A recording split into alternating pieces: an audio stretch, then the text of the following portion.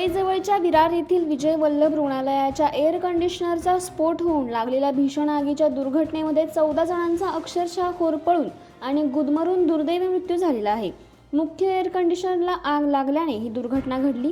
आदल्या दिवशी या एसी मधून वास येत होता, मात्र त्याकडे रुग्णालयातील प्रशासनाने दुर्लक्ष केल्याने ही दुर्घटना घडल्याचा आरोप केला जात आहे।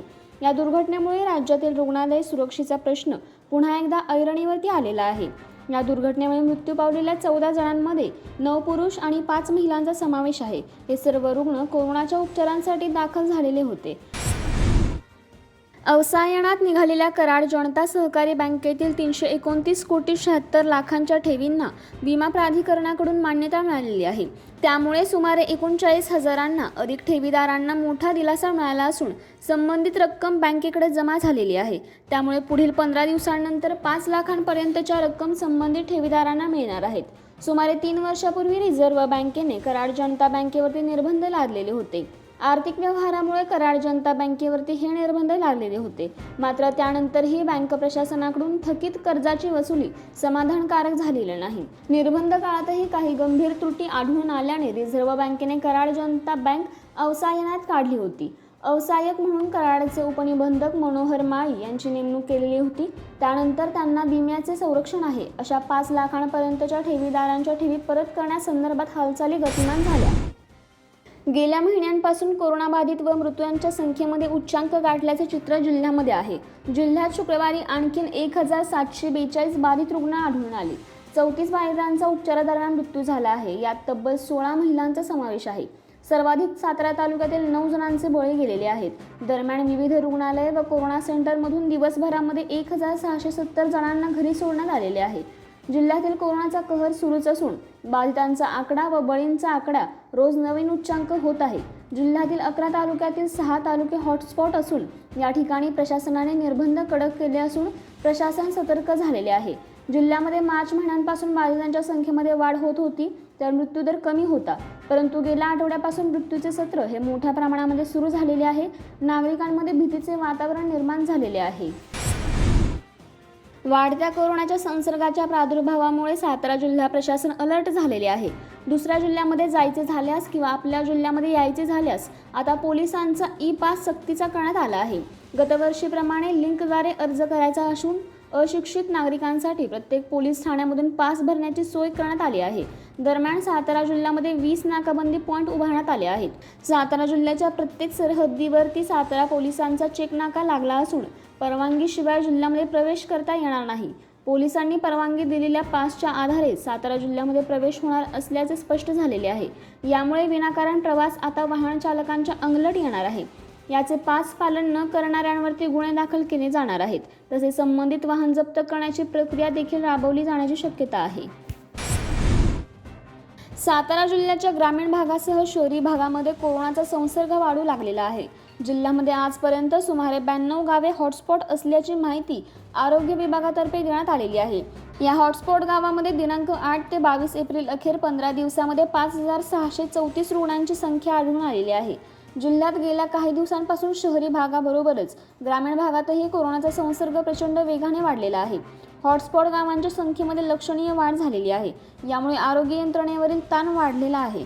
खटाव तालुक्यातील वडूज, एनकुळ, बोंभाळे, भुरकटवाडी, पेडगाव, खटाव, नागाचे कुमठे, विसापूर, कटगुण, पुसेगाव, गारुडी, मायनी, चितळी, राजापूर, बुध, काटेवाडी, भोसरे, खबालवाडी, औंध, जावली तालुक्यातील सावली, मामुर्डी, मेढा, केळघर, सरताळे, कुडाळ, हातेघर, सातारा तालुक्यातील मंगळवारपेठ, शनिवारपेठ, केसरकरपेठ, कुशी, गोडोली, शाहूनगर, नागठाणे, खेड, कोरेगाव तालुक्यातील कोरेगाव, एकंबे, देऊर, पिंपोडे बुद्रुक, नांदवळ, वाठार स्टेशन, वाठार किरोली, रहमतपूर, कन्हेरखेड, वाई तालुक्यातील भोईंज, सोनगीरवाडी, रविवारपेठ, वाई व म्हातेरडेवाडी, लोहारे, बावधन, बोपेगाव इत्यादी गावं हॉटस्पॉट करण्यात आलेली आहेत। पुणे ते बेंगलोर या राष्ट्रीय महामार्गावरील सातारा जिल्ह्याच्या हद्दीमधील मलकापूर येथील धोकादायक ठिकाणी उड्डाणपूल तर मसूर आणि इंदोली फाटा या 2 ठिकाणी धोकादायक ठिकाणी भुयारी मार्ग आणि काशोळ येथे 7 मीटर रुंदीचा नव्याने सर्व्हिस रूळ उभारणे या एकूण 4 धोकादायक ठिकाणांच्या दुरुस्ती कामी एकूण 558 कोटी 24 लाखांची तरतूद राष्ट्रीय महामार्ग प्राधिकरणाच्या माध्यमातून करण्यात आलेली आहे। अशी माहिती खासदार श्रीमंत छत्रपती उदयनराजे भोसले यांनी पत्रकारांना दिलेली आहे. पत्रकारांना सांगताना त्यांनी सांगितले, राष्ट्रीय महामार्गाचे चौपदरीकरण आणि त्यानंतर 6 पदरीकरणाचे काम सुरू असताना सातारा जिल्ह्यातील धोकादायक ठिकाणांची दुरुस्ती करण्यासाठी महामार्ग प्राधिकरणाला विशेष मोहीम राबवून तपासणी करण्याबाबत आम्ही वेळोवेळी सूचित केले. यानुसार खंडाळा येथील एस वळणाची देखील दुरुस्ती करण्यात तरतूद यापूर्वीच करण्यात आलेली आहे. लवकरच हे काम देखील पूर्ण होणार आहे. व्हॉट्सॲपने आपल्या युजर्सला चांगली सोय देण्यासाठी अनेक फीचर्स काम करत आहेत. यापैकी एक वैशिष्ट्य व्हॉट्सॲपने आपल्या बीटा वापरकर्त्यांसाठी आणलेले आहे. या फीचरच्या मदतीने युजर्सना व्हॉट्सॲप व्हॉइस मेसेज वेगाने प्ले करता येणार आहे. म्हणजेच आपण व्हॉइस क्लिप वेगाने ऐकू शकता किंवा आपण मंद गतीने देखील ऐकू शकता. व्हॉट्सॲप अँड्रॉइडच्या बीटा व्हर्जन 2.21.9.4 मध्ये हे नवीन फीचर उपलब्ध आहे, परंतु मागील व्हर्जन्सही याला सपोर्ट करते. त्यानंतर हे स्पष्ट झाले आहे की लवकरच सर्व व्हॉट्सॲप वापरकर्त्यांना या फीचरची अपडेट मिळवण्यासाठी यश मिळणार आहे. व्हॉट्सॲप मेसेजवरती व्हॉट्सॲप बीटा युजर्सना प्लेबॅक स्पीडचे चिन्ह दिसेल. यावरती क्लिक केल्यानंतर 3 भिन्न प्लेबॅक गती नियंत्रणे दर्शवली जातील. यामध्ये 1x, 1.5x आणि 2x असे प्लेबॅकचे पर्याय असतील. माजी गृहमंत्री अनिल देशमुख यांच्या घरासह त्यांच्या 10 मालमत्तांवरती सीबीआयने छापे टाकल्यानंतर भाजप नेते किरीट सोमय्या यांनी ट्विट करून परिवहन मंत्री अनिल परब यांचीही अशीच अवस्था होईल असा इशारा दिलेला आहे. देशमुख यांच्या मुंबई, नागपूर, पुणे, ठाणे येथील मालमत्तांवरती सीबीआयने छापासत्र सुरू केलेले आहे. देशमुख यांच्या अडचणी वाढल्या असताना भारतीय जनता पक्षाचे नेते आणि माजी खासदार किरीट सोमय्या यांनी सचिन वाझे 2000 कोटींची वसुली गँग प्रकरणामध्ये आता अनिल देशमुखांवरती कारवाई होते.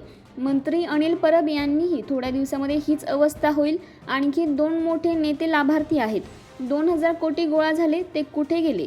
आता सीबीआय कारवाई करते, ईडी तपास करते, NIA आहे. पुढील काही दिवसांमध्ये आयकर विभाग देखील येईल. उद्धव ठाकरेंना 2000 कोटींच्या वसुलीचा हिशोब द्यावा लागेल असे ट्विट त्यांनी केलेले आहे. जगाच्या नकाशामध्ये ज्या देशाचे अस्तित्व दाखवणंही एक मोठं आव्हान असतं, तो इस्रायल नावाचा देश कोणत्याही कामामध्ये नेहमीच 2 पावले पुढे असतो. जगामध्ये कोरोनाने पुन्हा एकदा थैमान घालायला सुरुवात केली असताना इस्रायलने अत्यंत वेगाने सुरू केलेल्या कोरोना लसीकरण आणि कोरोनावरती मिळवलेलं नियंत्रण पाहून जगातील बड्या राष्ट्रांनाही आश्चर्याचा धक्का बसलेला आहे. देशातील 80 नागरिकांनी इस्रायल प्रशासनाने कोरोना लस टोचलेली आहे. तसेच मास्क वापरण्याचे नियमही शिथिल करण्यात आलेले आहे. यामुळे जगातील कोरोनामुक्त देश म्हणून जग इस्रायलकडे पाहत आहे. इस्रायलने कोरोनावरती कशी मात केली हे जाणून घेणं अत्यंत महत्त्वाचं आहे. केवळ 90 लाख लोकसंख्या असणाऱ्या इस्रायलमध्ये दररोज 1 ते 1.5 लाख नागरिकांना लस टोचली जात आहे. इस्रायलने दुसरी लाट येण्यापूर्वीच अक्कल हुशारीने निर्णय घेतला की कोरोना वॅक्सिन खरेदी केली होती. इस्रायलने पहिल्यांदाच कोरोना वॅक्सिनची निर्मिती करणाऱ्या फायझर कंपनीशी व्यवहार केला. जर फायझर कंपनीने इस्रायलला 1 कोटी वॅक्सिन पाठवून दिले तर कंपनीला आपल्या देशातील नागरिकांचा मेडिकल डेटा देईल. त्यामध्ये नागरिकांचे वय, लिंग आणि त्यांची मेडिकल हिस्ट्री समाविष्ट असेल. तसेच त्यांची लस किती प्रभावी आणि परिणामी आहे यावर कंपनी संशोधन करणार असेल. तर इस्रायल लस घेतलेल्या नागरिकांची आकडेवारी देखील फायझर कंपनी देईल. फक्त ही आकडेवारी गोपनीय असेल असा व्यवहार फायझर कंपनीशी इस्रायलने केलेला होता. सध्या शहरामध्ये एकूणच रुग्णांची संख्या स्थिरावत आहे. या कालावधीमध्ये नवीन येणाऱ्या रुग्णांपेक्षा बरे होणाऱ्या रुग्णांची संख्या जास्त आहे. सक्रिय रुग्णांची संख्या कमी होत आहे, पण काही काळासाठी मृत्यूदर वाढताना दिसतोय. कारण जे 15 दिवसांपूर्वी रुग्णालयामध्ये दाखल झालेले रुग्ण असतात त्यांचा उपचारादरम्यान किंवा प्रकृती सुधारणा न झाल्याने विशिष्ट कालावधीमध्ये मृत्यू होण्यास सुरुवात होते. त्यामुळे मृत्यू वाढलेले दिसतात, पण हे काही काळापुरतेच असते, अशी भीती राज्य टास्क फोर्सचे सदस्य डॉक्टर अविनाश सुपे यांनी सांगितले. रुग्ण वाढायला लागले की त्यापाठोपाठ मृत्यूची लाटही येते. सध्या रुग्णसंख्या जरी स्थिरावली असली तरी मृत्यूमध्ये थोडीशी वाढ होण्याची शक्यता आहे, असे त्यांनी बोलून दाखवले. काही काळापुरताच म्हणजेच किमान 10 ते 12 दिवस हा ट्रेंड राहील. मग हळूहळू ही लाट देखील ओसरेल.